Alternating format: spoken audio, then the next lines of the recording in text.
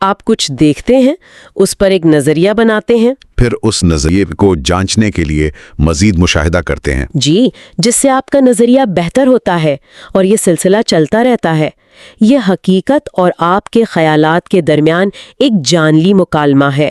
Charles Darwin کی طرح۔ بالکل، انہوں نے سالوں تک مختلف انواع کا مشاہدہ کیا، پھر نظریہ ارتقاء پر قیاس آرائی کی، اور پھر اس نظریے کی روشنی میں مزید ثبوت تلاش کیے۔ وہ نہ تو صرف ڈیٹا اکٹھا کرتے رہے اور نہ ہی صرف خیالی باتیں کرتے رہے۔ یہ دلچسپ ہے کیونکہ اس کا مطلب ہے کہ نظریہ کوئی آخری چیز نہیں بلکہ صرف ایک قدم ہے۔ آپ ہمیشہ حقیقت کی طرف واپس آتے ہیں۔ جی، اور یہ ان دو انتہاؤں سے بچاتا ہے، ایک طرف وہ لوگ جو صرف قیاس آرائیاں کرتے ہیں اور دوسری طرف وہ جو صرف ڈیٹا کے انبار لگاتے ہیں اور کبھی بڑی تصویر نہیں دیکھتے۔ اچھا۔ اور چوتھی حکمت عملی اسی سے جڑی ہے، اپنے نقطہ نظر کو تبدیل کرنا۔ ہمارا دماغ تو توانائی بچانے کے لیے ذہنی شارٹ کٹ لیتا ہے، جی، اور چیزوں کو ایک ہی زاویے سے دیکھتا ہے۔ اس عادت کو توڑنا بہت ضروری ہے۔ تو یہ ایک اہم سوال پیدا کرتا ہے، ہم اپنے دماغ کی اس عادت کو توڑ کیسے سکتے ہیں؟ اس کے لیے 4 طریقے بتائے گئے ہیں۔ پہلا ہے کیا کے بجائے کیسے پر توجہ دینا۔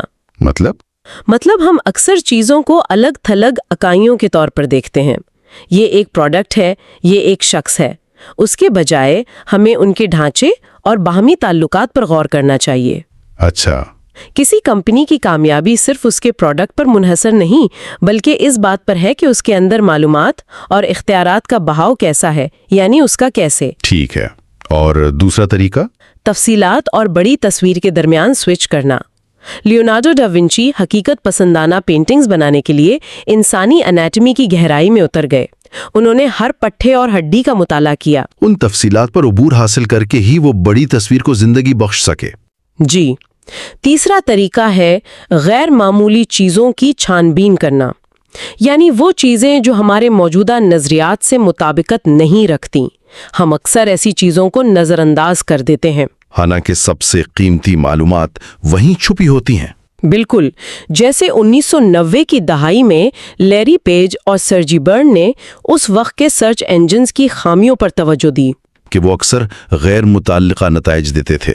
جی، اس غیر معمولی خامی پر توجہ مرکوز کر کے انہوں نے گوگل کا انقلابی الگوریدم تیار کیا۔ اور چوتھا طریقہ ہے جو غائب ہے اسے دیکھنا، شرلاک ہومز اور وہ کتا جو رات کو نہیں بھونکا تھا۔ صحیح۔ اسی طرح وٹامنز کی دریافت اس سوال سے ہوئی کہ جسم میں کیا چیز غائب ہے جو بیماری کا باعث بن رہی ہے، نہ کہ یہ کہ کون سا جرثومہ حملہ ور ہے۔ جی، اور آخری حکمت عملی ذہانت کی قدیم شکلوں کی طرف واپسی۔ یہ بہت دلچسپ خیال ہے۔ کیا اس کا مطلب یہ ہے کہ ہم بہت زیادہ لفظی ہو گئے ہیں؟ بالکل، ہم الفاظ پر بہت زیادہ انحصار کرنے لگے ہیں، لیکن زبان انسانی ذہانت کی تاریخ میں ایک نسبتاً نئی چیز ہے۔ اس سے پہلے ہم تصاویر، احساسات اور مقامی تعلقات کی صورت میں سوچتے تھے، اور تخلیقی لوگ لاشعوری طور پر ان قدیم غیر لفظی شکلوں تک رسائی حاصل کرتے ہیں۔ جی، آئنسٹائن نے کہا کہ وہ روشنی کی کرن پر سوار ہونے کا تصور کرتے تھے۔ مائیکل فیراڈے نے برقی مقناطیسی قوتوں کو لکیروں کی صورت میں دیکھا۔ واٹسن اور کرک نے ڈی این اے کی ساخت کو سمجھنے کے لیے 3D ماڈلز اور ڈایاگرامز کا استعمال کیا۔ اس کا مطلب ہے کہ ڈرائنگ کرنا، ماڈل بنانا، یا یہاں تک کہ اپنے دوسرے حواس کو استعمال کرنا، جسے سینستھیزیا کہتے ہیں۔ ایک منٹ، سینستھیزیا یہ کیا ہوتا ہے؟ کیا یہ حواس کے آپس میں مل جانے جیسا ہے؟ جی بالکل، یہ ایک ایسی حالت ہے جہاں آپ آواز کو رنگ کے صورت میں دیکھ سکتی ہیں یا کسی لفظ کو ذائقے کی صورت میں محسوس کر سکتی ہیں۔ یہ حواس کا آپس میں مل جانا ہے۔ تو یہ تمام طریقے ہمیں الفاظ کی قید سے آزاد کرتے ہیں اور سوچ کے نئے راستے کھولتے ہیں۔ جی، تو ہمارے پاس ایک جنونی کام ہے اور اس کے لیے ایک ذہنی ٹول کٹ بھی ہے۔ اس کے بعد کیا ہوتا ہے؟ یہ ہمیں تیسرے اور آخری مرحلے پر لاتا ہے، تخلیقی کامیابی، the creative breakthrough۔ اور اس کا ایک بہت عام نمونہ ہوتا ہے۔ کیسا نمونہ؟ آپ ایک پروجیکٹ شروع کرتی ہیں، بہت جوش و خروش ہوتا ہے، پھر آپ شدید توجہ کے مرحلے میں داخل ہوتی ہیں اور پھر تقریباً ہمیشہ آپ ایک دیوار سے ٹکرا جاتی ہیں۔ میں اس احساس کو اچھی طرح جانتا ہوں، مایوسی اور رکاوٹ کا احساس۔ ایسا لگتا ہے کہ اب آگے کوئی راستہ نہیں۔ ایسا لگتا ہے کہ آپ نے غلط راستہ چن لیا۔ جی، لیکن یہاں سمجھنے کی بات یہ ہے کہ یہ دیوار ناکامی کی علامت نہیں ہے، یہ دماغ کی طرف سے ایک اشارہ ہے کہ کچھ دیر کے لیے شعوری کوشش چھوڑ دو۔ یہ تناؤ دراصل اہم ہے۔ بہت اہم ہے۔ یہ ہمیں آسان اور سطحی حل پر اکتفا کرنے سے روکتا ہے۔ جب ہم شعوری کوشش چھوڑ دیتے ہیں، چہل قدمی کرتے ہیں، سو جاتے ہیں یا کوئی اور کام کرتے ہیں، تو ہمارا لاشعور اس مسئلے پر کام کرتا رہتا ہے۔ اور پھر اکثر غیر متوقع طور پر حل خود بخود سامنے آ جاتا ہے۔ موسیقار ویگنر کی مثال بہترین ہے۔ وہ اپنے اوپرا 10 رین گولڈ کی شروعات کے لیے جدوجہد کر رہے تھے۔ مایوس ہو کر وہ سو گئے۔ خواب میں انہوں نے بہتے ہوئے پانی کی آواز سنی جو ایک خوبصورت موسیقی کی شکل اختیار کر گئی۔ اور جب وہ جاگے تو ان کے ذہن میں اوپرا کی شروعات کا پورا خیال موجود تھا۔ جی، اس عمل میں ڈیڈ لائنز کا بھی ذکر ہے۔ یہ تھوڑا عجیب لگتا ہے۔ تخلیقی کام کے لیے تو آزادی چاہیے، ڈیڈ لائن کا دباؤ نہیں۔ لیکن چاہے وہ اصلی ہوں یا خود ساختہ، ڈیڈ لائنز ایک نتیجہ خیز تناؤ پیدا کرتی ہیں۔ یہ ہمارے دماغ کو ایک اعلیٰ سطح پر کام کرنے پر مجبور کرتی ہیں۔ ایوارسٹ گلوئے کی کہانی تو حیران کن ہے۔ جی، انہیں ایک دوند یدھ میں حصہ لینا تھا اور انہیں یقین تھا کہ وہ مارے جائیں گے۔ اپنی زندگی کی آخری رات انہوں نے جنون میں مبتلا ہو کر اپنے تمام انقلابی ریاضیاتی خیالات لکھ ڈالے، جو بعد میں گروپ تھیوری کی بنیاد بنے۔ موت کی ڈیڈ لائن نے ان سے وہ کام کروا دیا جو شاید وہ کئی سالوں میں نہ کر پاتے۔ بالکل۔ تو یہ ذہنی عمل تو سمجھ آ گیا، لیکن یہ صرف ذہن کے بارے میں نہیں ہے نا؟ ہمارے جذبات پورے عمل کو پٹری سے اتار سکتے ہیں۔ بالکل، تخلیقی عمل ذہنی طور پر جتنا مشکل ہے، جذباتی طور پر بھی اتنا ہی ہے۔ ان ذرائع میں 6 عام جذباتی نقصانات کی نشاندہی کی گئی ہیں جن سے بچنا ضروری ہے۔ انہیں 2 گروہوں میں تقسیم کیا جا سکتا ہے، انا کے جال اور خوف کے جال۔ جی، انا کے جال میں پہلا ہے اطمینان۔ جب ہم کچھ کامیابی حاصل کر لیتے ہیں تو ہم حیرت اور تجسس کا وہ احساس کھو دیتے ہیں۔ ہم سوچتے ہیں کہ ہم سب کچھ جان چکے ہیں۔ جی، اور اسی سے جڑا ہوا ہے خود پسندی، گرینڈیوسٹی۔ ہم تعریف کو، اپنی انا کو بڑھانے دیتے ہیں اور یہ سوچنے لگتے ہیں کہ ہماری کامیابی صرف ہماری قابلیت کی وجہ سے ہے۔ اور خوف کے جال کون سے ہیں؟ ایک ہے قدامت پسندی، کنزرویٹزم۔ ہم ان طریقوں پر قائم رہتے ہیں جو ماضی میں کامیاب ہوئے تھے، اس خوف سے کہ نیا طریقہ ناکام نہ ہو جائے۔ دوسرا ہے انحصار، ڈیپینڈنسی، جی یعنی اپنی قدر کے لیے دوسروں کی رائے پر انحصار کرنا۔ جی، تعریف کی لت لگ جاتی ہے اور تنقید سے خوف آتا ہے۔ اور تیسرا ہے عدم لچک، انفلیکسیبلٹی، ایک ہی ذہنی حالت میں پھنس جانا۔ اور ان سب کے بیچ میں ایک جال ہے جسے مصنف سب سے بڑا کہتے ہیں بے صبری، امپیشنس۔ میں اس جال میں ہر وقت پھنستا ہوں، ہم سب۔ کسی بھی پروجیکٹ کے بیچ میں ایک آواز آتی ہے کہ بس اسے ختم کرو، اور اس آواز کو نظر انداز کرنا سب سے مشکل کام ہے۔ کیونکہ تخلیقی کام کو وقت درکار ہوتا ہے۔ بے صبری ہمیں گہلے اور محنت طلب عمل سے بچنے کے لیے شارٹ کٹ تلاش کرنے پر مجبور کرتی ہے، جو ہمیشہ کام کے معیار کو خراب کرتا ہے۔ تو ان تمام جذباتی نقصانات سے آگاہ رہنا ہی ان سے بچنے کا پہلا قدم ہے۔ بالکل۔ تو اس ساری بحث کو سمیٹتے ہوئے بنیادی خیال یہ ہے کہ تخلیقی صلاحیت کوئی جادوئی تحفہ نہیں ہے۔ نہیں، یہ ایک عمل ہے۔ یہ ہمارے فطری ذہن کی کھلی سوچ کو دوبارہ بیدار کرنے، اسے ایک ماہر کے نظم و ضبط کے ساتھ ملانے اور ایک ڈائمینشنل مائنڈ بنانے کا عمل ہے۔ یہ حقیقت سے زیادہ گہرائی سے جڑے رہنے کے بارے میں ہے، نہ کہ اس سے فرار ہونے کے۔ اور آخر میں اس عمل سے ملنے والی خوشی ہی اصل انعام ہے۔ جی، یہ کچھ نیا تخلیق کرنے کے بارے میں ہے، اور ایسا کرتے ہوئے خود کو بھی ایک نئے سرے سے تخلیق کرنے کے بارے میں ہے۔ یہ محض ایک کام نہیں بلکہ خود کی تکمیل کا ایک سفر ہے۔ یہاں ایک آخری خیال ہے جس پر سامعین غور کر سکتے ہیں۔ ان ذرائع میں کہا گیا ہے کہ تخلیقی لوگ اکثر ذہانت کی قدیم غیر لفظی شکلوں کی طرف لوٹتے ہیں، یعنی تصویروں اور احساسات میں سوچتے ہیں۔ جب آپ اپنے دن کے کاموں میں مصروف ہوں تو ایک لمحے کے لیے رک کر شعوری طور پر کسی چیز کو بغیر لیبل یا لفظ دیے دیکھنے کی کوشش کریں۔ اسے صرف بصری طور پر دیکھیں، ایک شکل، ایک رنگ، ایک ساخت کے طور پر۔ جب آپ زبان کے فلٹر کو ایک لمحے کے لیے بھی ہٹاتے ہیں تو آپ کے تصور پر کیا اثر پڑتا ہے؟